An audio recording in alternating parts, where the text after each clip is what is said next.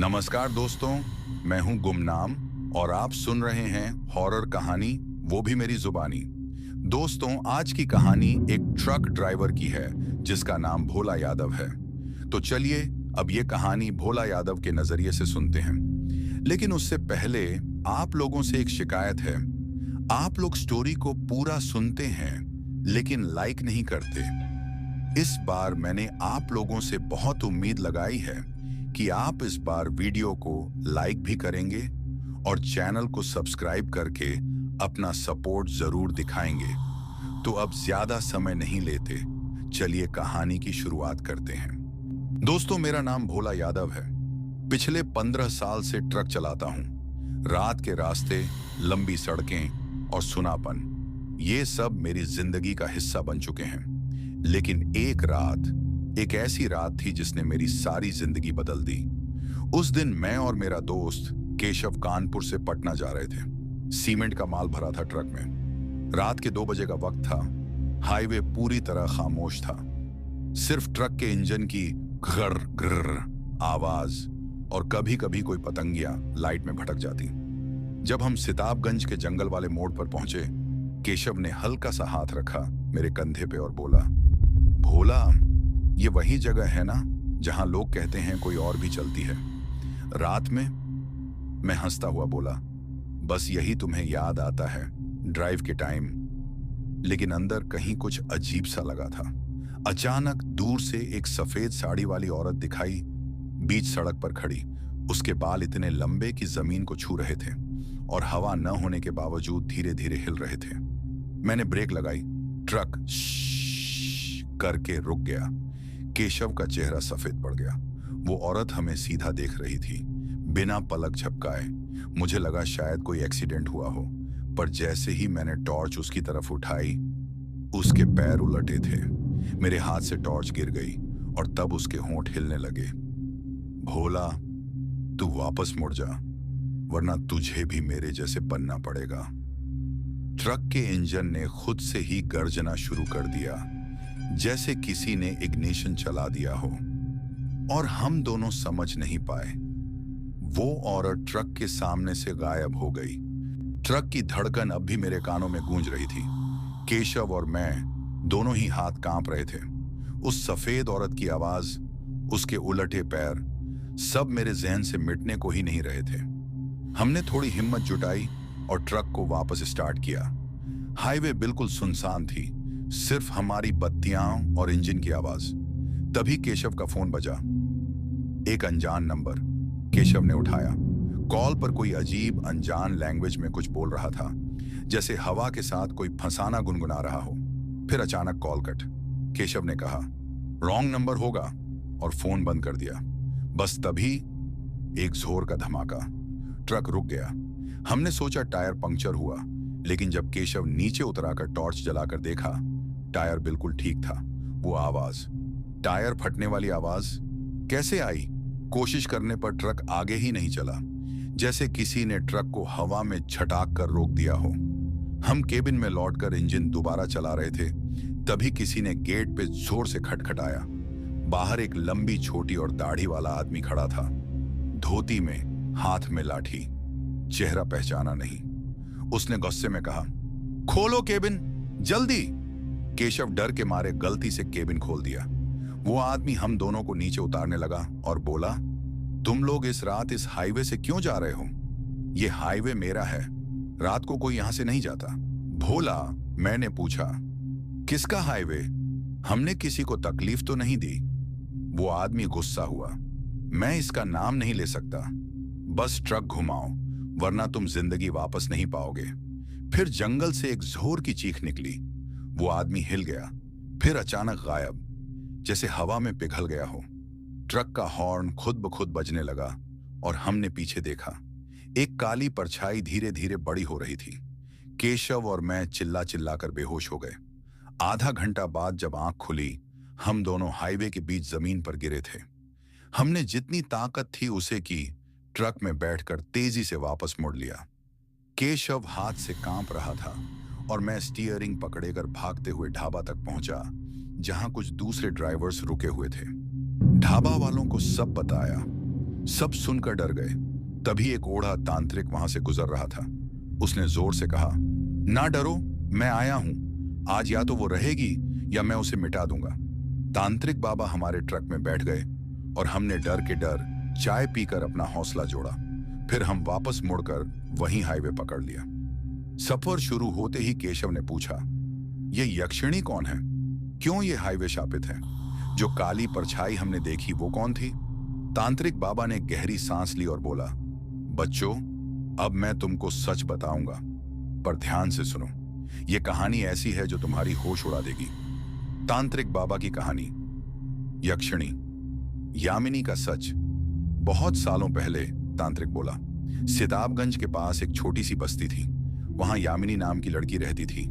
एक खामोश मासूम चेहरा, लंबे काले बाल और सपने। उसका घर गरीब था। लोग कहते हैं वो बहुत अच्छी गाती थी। शादियों पे लोग उसे बुलाया करते थे। उसकी आवाज में ऐसा जादू था कि पूरी गली चुप हो जाती। एक दिन एक बड़ा जमींदार जो उस रास्ते का रखवाला था, उसने यामिनी को देखा और उसकी खूबसूरत आवाज पर फिदा हो गया। उसने यामिनी से झूठ बोला, शादी का वादा करके अपनी बहू बनाने का वादा। पर असल में उसने यामिनी के पिता से कुछ कर्ज मांग लिया और फिर यामिनी को अपने मकान में बंद कर लिया। यामिनी के साथ जुल्म हुआ।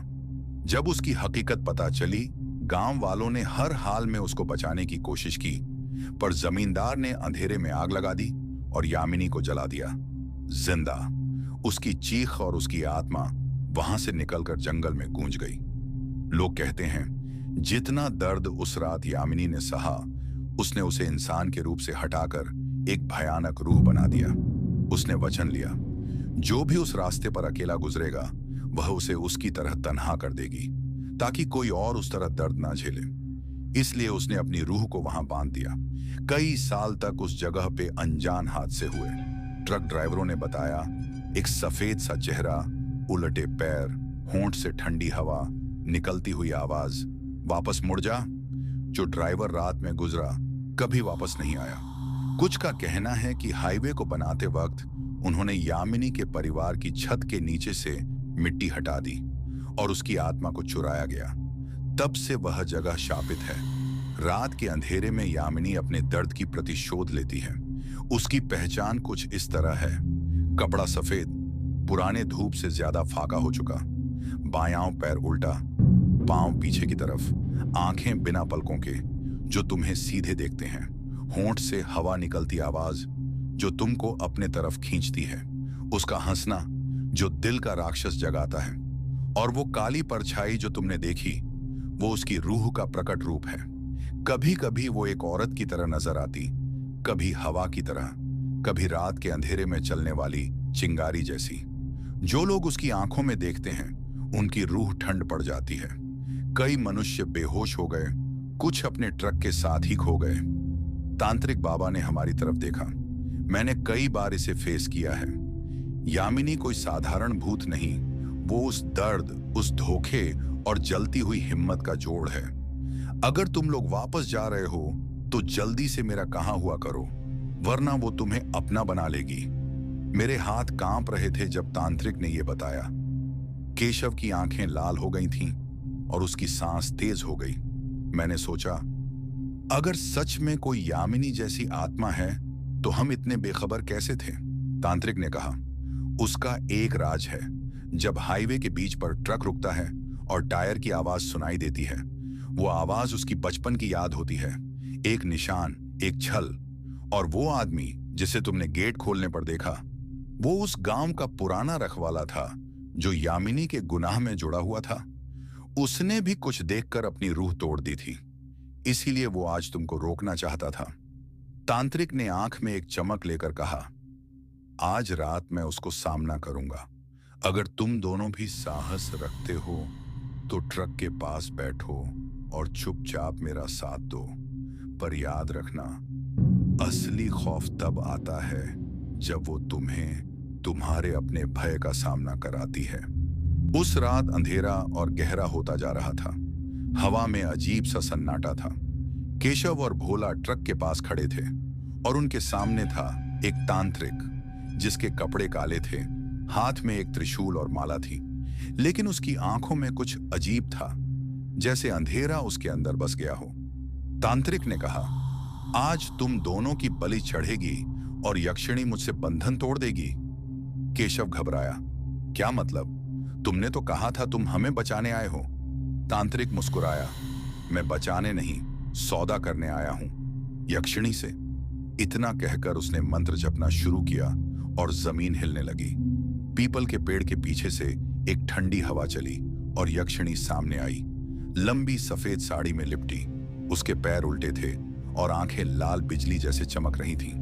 तांत्रिक चिल्लाया, ले अपना भोग, और तुरंत केशव और भोला को खींचकर जमीन पर गिरा दिया। दोनों चीखते रहे, पर उसने बिना दया के उन्हें बलि के रूप में चढ़ा दिया। तभी अचानक एक तेज चमक हुई। एक साधु बाबा वहां आ गए। उन्होंने हाथ उठाया और मंत्र उच्चारण किया, दूर हो जा दुष्ट आत्मा। कुछ पल के लिए लगा जैसे यक्षिणी दर्द में है, लेकिन उसी वक्त काला जादूगर, जो असल में तांत्रिक था ही नहीं, ने पीछे से साधु बाबा पर वार कर दिया। एक झटके में बाबा जमीन पर गिरे और जादूगर ने उनकी भी बलि चढ़ा दी। उस बलि के बाद यक्षिणी और भी शक्तिशाली बन गई। उसके बालों में आग सी चमक थी और उसकी हंसी रात के सन्नाटे को चीर रही थी। जादूगर मुस्कुराया और अंधेरे में गायब हो गया। अगले दिन सुबह एक ट्रक ड्राइवर ने देखा, हाईवे के किनारे 2 लाशें पड़ी थीं, आंखें बाहर निकली हुई, जैसे उन्होंने कुछ ऐसा देखा हो जिसे देखकर कोई जिंदा नहीं बच सकता। पुलिस आई और पता चला वो दोनों केशव और भोला यादव थे। अब एक इन्वेस्टिगेटर, विक्रांत सिंह, उस शापित हाईवे की तहकीकात करने आया। उसने सुना था यहां हर साल कुछ न कुछ अजीब होता है। लोग कहते हैं रात के 3 बजे एक औरत ट्रक के सामने आती है और फिर सब कुछ अंधेरा हो जाता है। विक्रांत ने कहा, मैं सच जान कर रहूंगा, चाहे मुझे अपनी जान ही क्यों न देनी पड़े।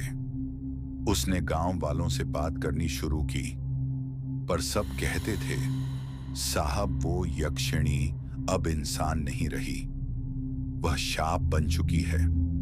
और उसके बाद जो विक्रांत ने उस रास्ते पर देखा, उसने उसकी जिंदगी हमेशा के लिए बदल दी। विक्रांत सिंह रात को अपने जीप लेकर निकला, वही शापित हाईवे जहां केशव और भोला की मौत हुई थी। रास्ते में हवा ठंडी थी, लेकिन उस ठंडक में एक अजीब सी गर्मी थी, जैसे कोई देख रहा हो। उसने अपने रिकॉर्डर में बोला, टाइम 2:47 सुबह, लोकेशन NH 49 जंगल स्ट्रेच। कहा जाता है यहीं पे यक्षिणी दिखती है। तभी उसके जीप के लाइट ब्लिंक करने लगी। इंजन खुद बंद हो गया। विक्रांत ने इग्निशन घुमाया, पर जीप नहीं चली। थोड़ी देर बाद पीछे से किसी लड़की के हंसाने की आवाज आई। क्यों आए हो मेरे रास्ते पे? विक्रांत ने टॉर्च घुमाई। कोई नहीं था, लेकिन जमीन पे एक पैर के निशान थे, उलटे पैर के। उसका दिल तेज धड़कने लगा, पर उसने हिम्मत नहीं हारी।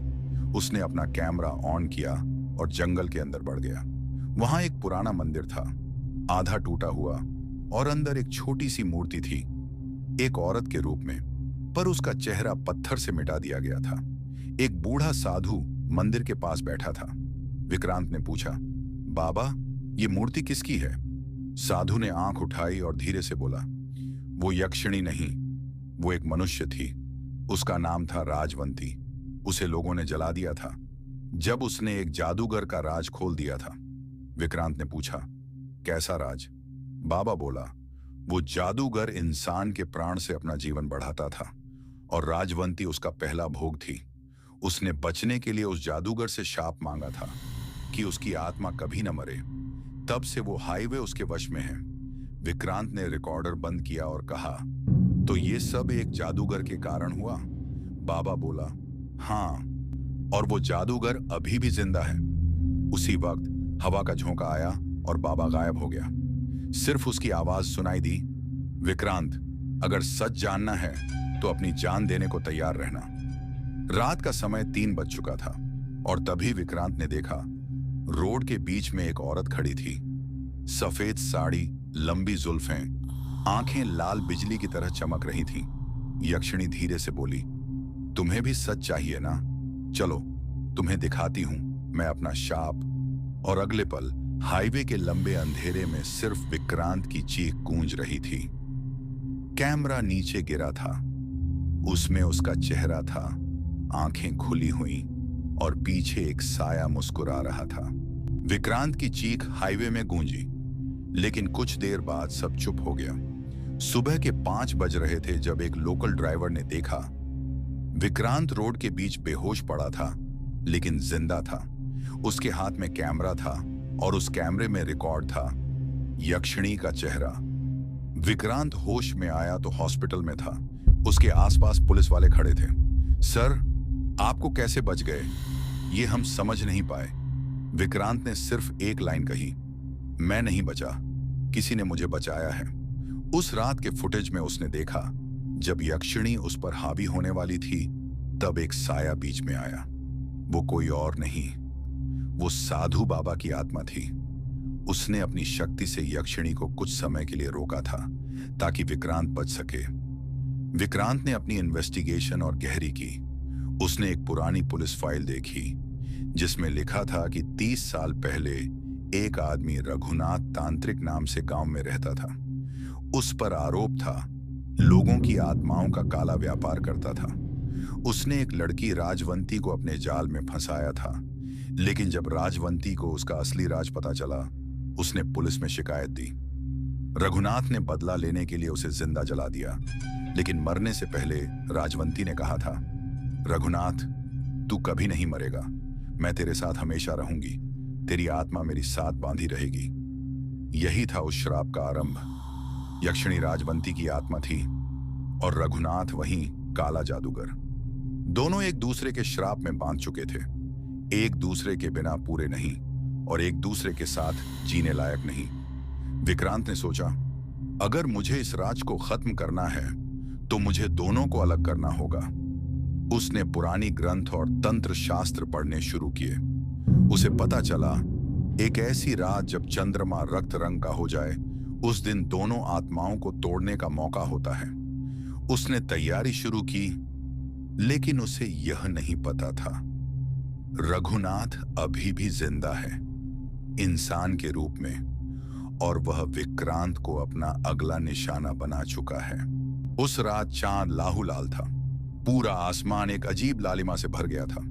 विक्रांत अपने कैमरा, मंत्र और एक पुराने यंत्र के साथ हाईवे के उसी मोड़ पर पहुंचा जहां भोला और केशव की मौत हुई थी।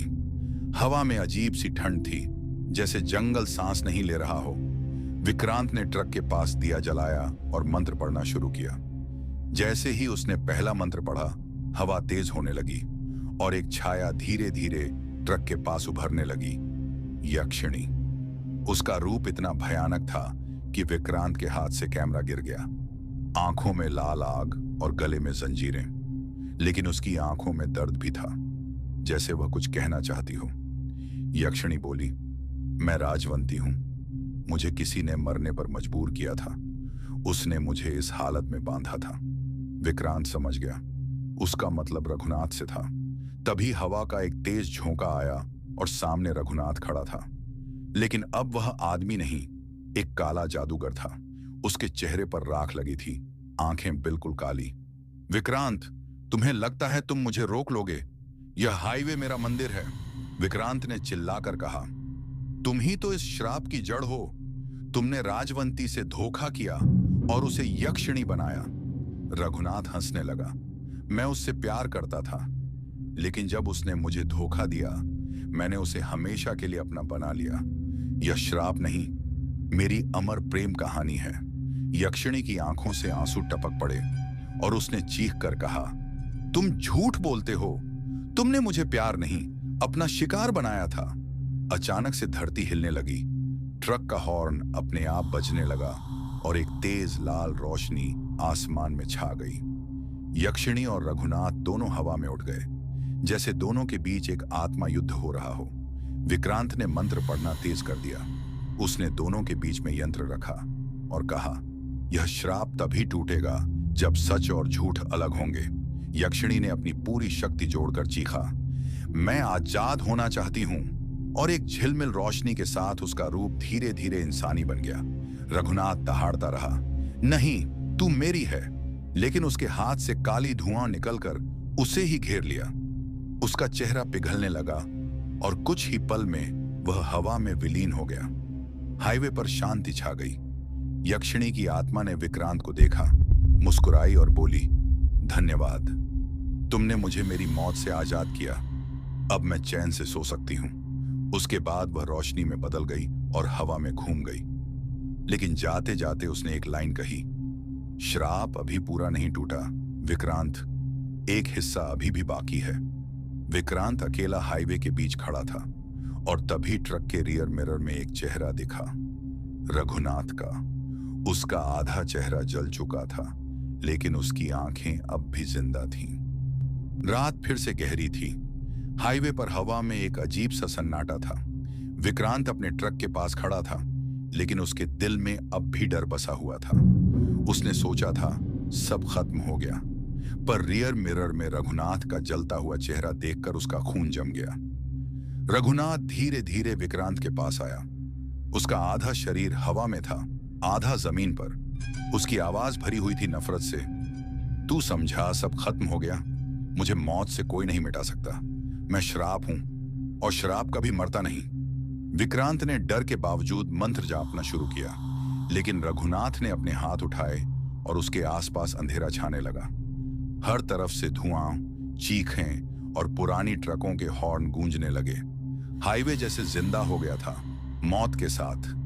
तभी आसमान में बिजली चमकी और एक सफेद रोशनी हाईवे पर उतर आई। उस रोशनी से यक्षिणी का रूप दिखाई दिया, लेकिन इस बार वह भयानक नहीं, शांत और दिव्य थी।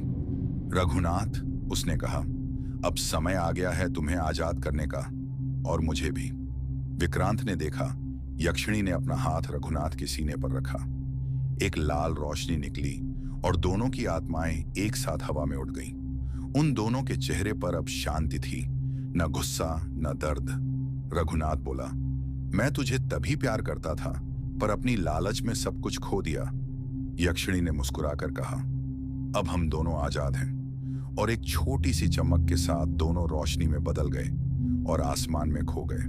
विक्रांत बेहोश होकर गिर गया। सुबह जब उसकी आंख खुली तो हाईवे पर सब कुछ सामान्य था, न हवा में ठंड, न जंगल में चीखें। ट्रक आसानी से स्टार्ट हो गया और आसमान में सूरज उग रहा था। कुछ दिन बाद न्यूज में खबर आई, पुराने शापित हाईवे से अब ट्रक बिना रुके गुजरते हैं, और वहां पहली बार किसी ने पक्षियों की मॉर्निंग चिड़प सुनी। विक्रांत ने आसमान की तरफ देखा, मुस्कुराया और बोला, अब श्राप नहीं, सिर्फ सुकून है। कैमरा बंद होता है। हाईवे के माइलस्टोन पर लिखा होता है, राजवंती मार्ग शांति पथ। और इस तरह खत्म होती है यक्षिणी वाली रात, एक शापित प्रेम कहानी जिसका अंजाम था मुक्ति। सुबह का सूरज ढल रहा था।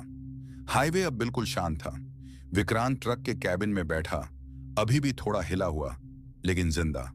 उसने सोचा, सब खत्म हो गया, श्राप भी खत्म, यक्षिणी आजाद। लेकिन जैसे ही उसने ट्रक का हॉर्न बजाया, पीछे से एक हल्की सी हंसी सुनाई दी। विक्रांत ने पीछे देखा, कुछ नहीं था, सिर्फ रोड और जंगल। फिर उसने नोटिस किया, रियर मिरर में एक छाया मूव कर रही थी।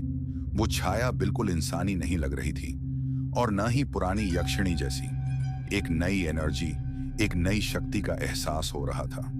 विक्रांत ने अपना कैमरा निकालकर रिकॉर्ड स्टार्ट किया, और तभी एक पुरानी ट्रक के हॉर्न बजते ही एक आवाज ने चीख मारी, तू समझा सब खत्म हो गया? हाईवे अभी भी जीवित है, और मैं तुम्हें देख रही हूं। विक्रांत के हाथ का कैमरा गिर गया। स्क्रीन में सिर्फ एक लंबी काली परछाई दिख रही थी, जो धीरे धीरे बढ़ रही थी। और फिर एक पल के लिए एक फ्लैश हुआ, और स्क्रीन पर एक औरत की आंखें चमक उठी। न यक्षिणी की पुरानी, न किसी इंसान की, बल्कि एक नई शक्तिशाली और भयानक आत्मा की आंखें। विक्रांत का दिल तेज धड़कने लगा, लेकिन उसने हिम्मत नहीं हारी। उसने सोचा, यह हाईवे कभी भी एक नई कहानी शुरू कर सकता है। और कैमरा के लास्ट फ्रेम में हाईवे के माइलस्टोन के पास एक नई लिखावट दिखाई दी, श्राप का अंत नहीं, बस एक नई शुरुआत। दोस्तों, अगर आपको ये कहानी पसंद आई हो तो इस वीडियो को लाइक करना न भूलिए। हमारे चैनल का हिस्सा बनने के लिए सब्सक्राइब करें और कमेंट में अपना नाम लिख दीजिए। साथ ही बताइए कि आप ये वीडियो कहां से देख रहे हैं। और हाँ, अगली वीडियो में मैं कुछ लकी व्यूअर्स के नाम अनाउंस करूंगा, तो कमेंट जरूर करें। और सबसे इंपॉर्टेंट, यहां तक वीडियो देखने के लिए आपका दिल से धन्यवाद। अब रात के 4 बजे हाईवे के शैडोज की तरह सस्पेंस आपके दिमाग में भी रहे, और अगली वीडियो और भी डरावनी कहानी लेकर आएगी।